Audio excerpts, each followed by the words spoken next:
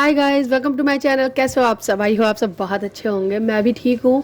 So guys, ये उत्तराखंड का ही vlog चल रहा है। यानी हम लोग अभी वाटरफॉल पे ही हैं। यहाँ से बस निकलने ही वाले हैं। नहा लिया था, मज़ा आ गया था। कल वाला व्लॉग नहीं देखा तो देखिएगा। मुझे ये पता है कि जब मैं घर गृहस्थी से अलग होकर व्लॉग बनाती हूँ, कोई बाहर जाने का, घूमने का, मंदिर का, तो व्यूज़ कम आते हैं, कमेंट्स कम आते हैं, लाइक्स कम आते हैं। पता नहीं क्यों यार। वो भी देखा करो, उनको भी बहुत प्यार दिया करो। हम भगवान के दर्शन करने जाते हैं या फिर घूमने जाते हैं तो उनको भी उतना प्यार दिया करो जितना आप घर गृहस्थी की चीज़ों में देते हैं। किसके घर में क्या आग लगी है ये देखते हो तो ये भी तो देखो ना कि मन में कितना जो भरा हुआ उन सबसे दूर हटकर हम कहीं घूमने भी आए हैं, तो उसका भी लुत्फ़ उठाना चाहिए ना दोस्तों। तो उसको भी लाइक किया करो, उसको भी शेयर किया करो। तो इसी बात पे मेरा कल वाला वीडियो जिसने जिसने नहीं देखा है तो जाके ज़रूर देखना। तो बस वहाँ पे हम लोग रुके थोड़ी देर और रुक कर हम लोगों ने नाश्ता किया। नाश्ता क्या, लंच के बराबर ही था। हमने खाए थे 2 आलू के पराठे, काफ़ी बड़े थे। मतलब लास्ट में ऐसा लग रहा था बहुत ज़्यादा पेट भर गया।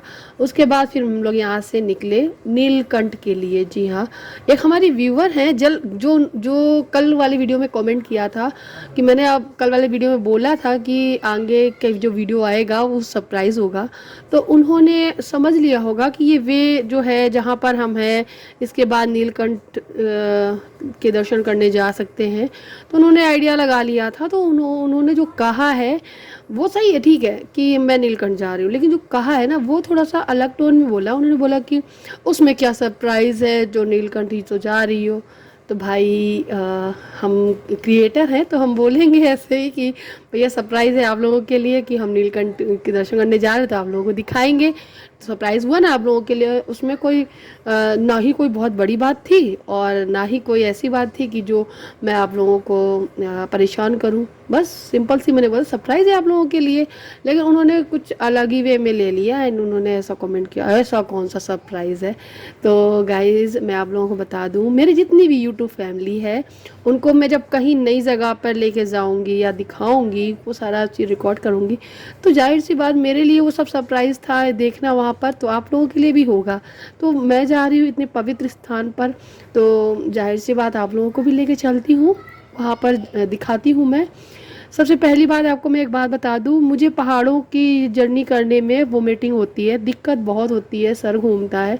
फिर भी मैंने आप लोगों के लिए छोटी छोटी सी क्लिप्स बनाई, बहुत ज़्यादा नहीं, बहुत छोटी छोटी सी क्लिप्स बनाई। और आंखें बंद करके मैं ज़्यादातर रास्तों में गई हूँ पहाड़ी एरिया पे, क्योंकि मुझे बहुत ज़्यादा चक्कर आते हैं। खैर, यही है ये पहाड़ियों का व्यू। जब हम यहाँ से निकले थे, निकलते हुए यहाँ से जा रहे थे और सीधे जाएंगे हम नीलकंठ। तो वहाँ दर्शन करेंगे जाके, और वहाँ का क्या नज़ारा होगा वो सब मैं आप लोगों को दिखाऊंगी।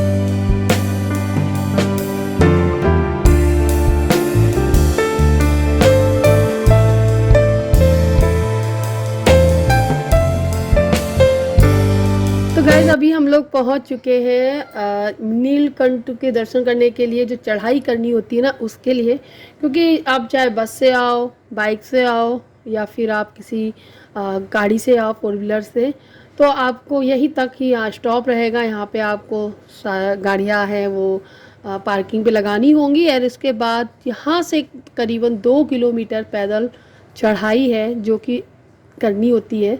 तो ये देखिए आगे मेरे बच्चे, मेरे पति और दी भाभी के बच्चे और भाभी और भैया सब जा रहे हैं। मैं पीछे पीछे मैं आ रही हूँ। धूप की मैं बात करूँ तो पूछो मत, इतनी भयंकर धूप थी कि मैंने दुपट्टा डाल रखा था सर पे, बहुत धूप लग रही थी।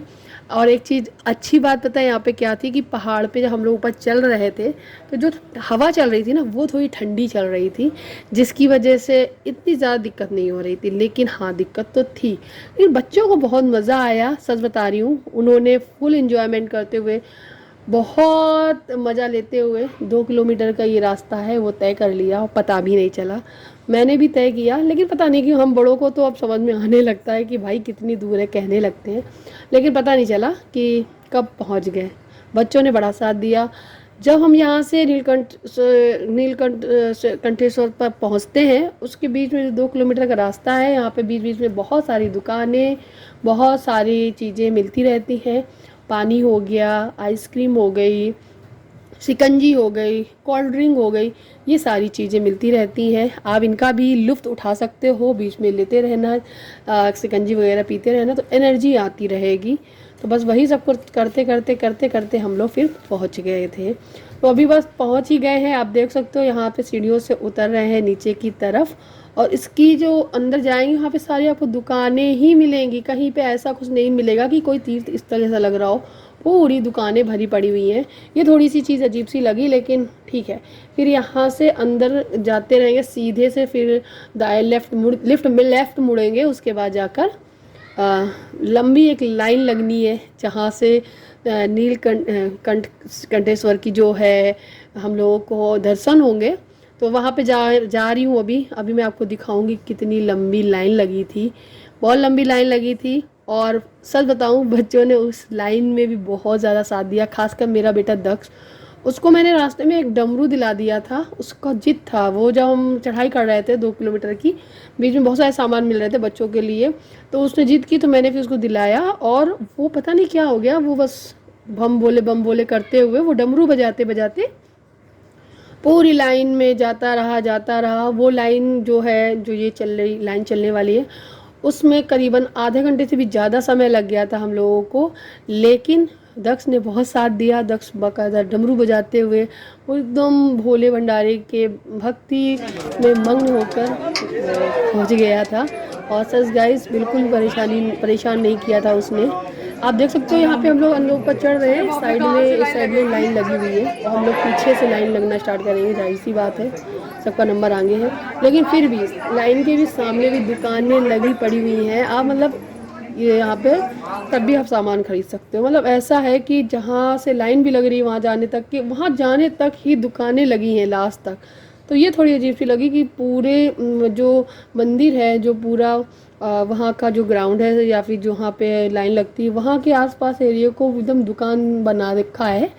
खैर जो भी है, लोग वहाँ पे भी ख़रीदारी करते हैं, चीज़ें लेते हैं चढ़ाने वघाने के लिए।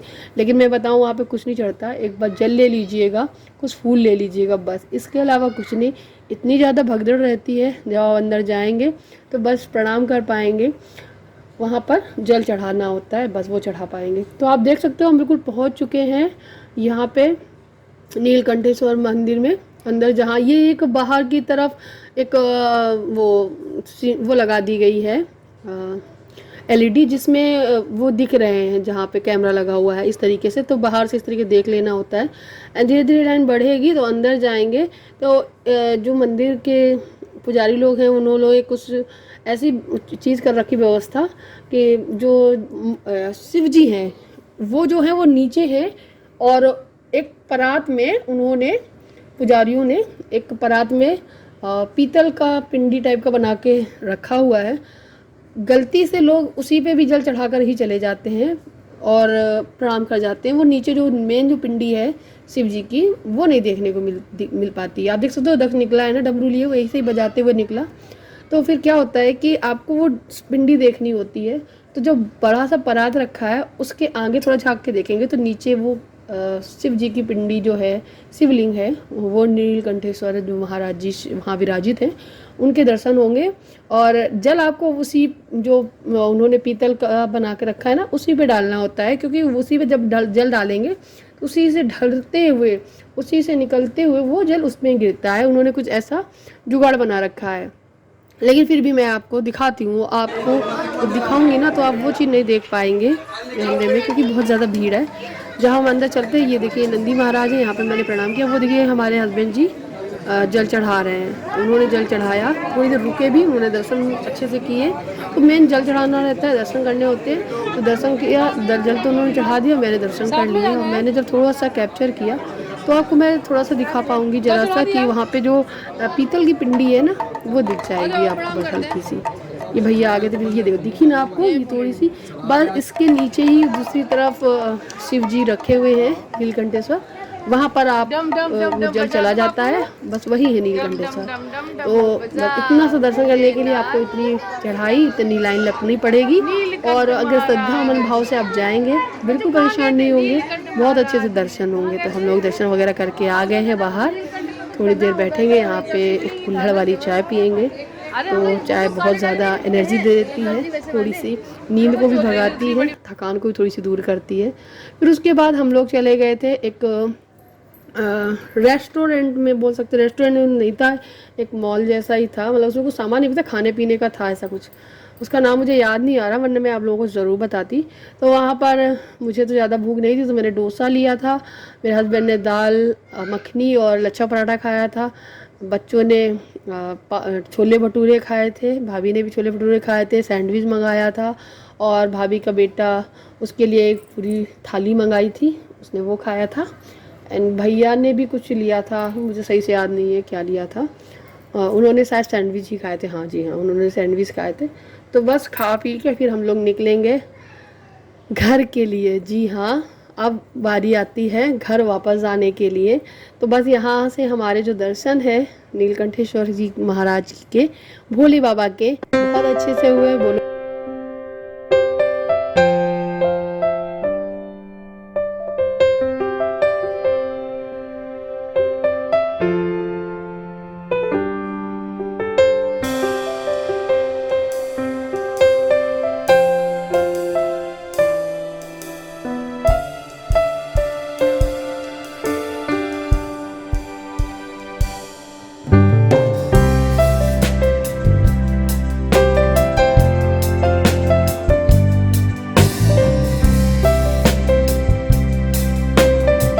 सो गाइस, रास्ते में मेरी हालत तो ख़राब हुई थी, क्योंकि मुझे मालूम है कि इतना चक्कर काटते हुए फिर जाना है दिल्ली तक।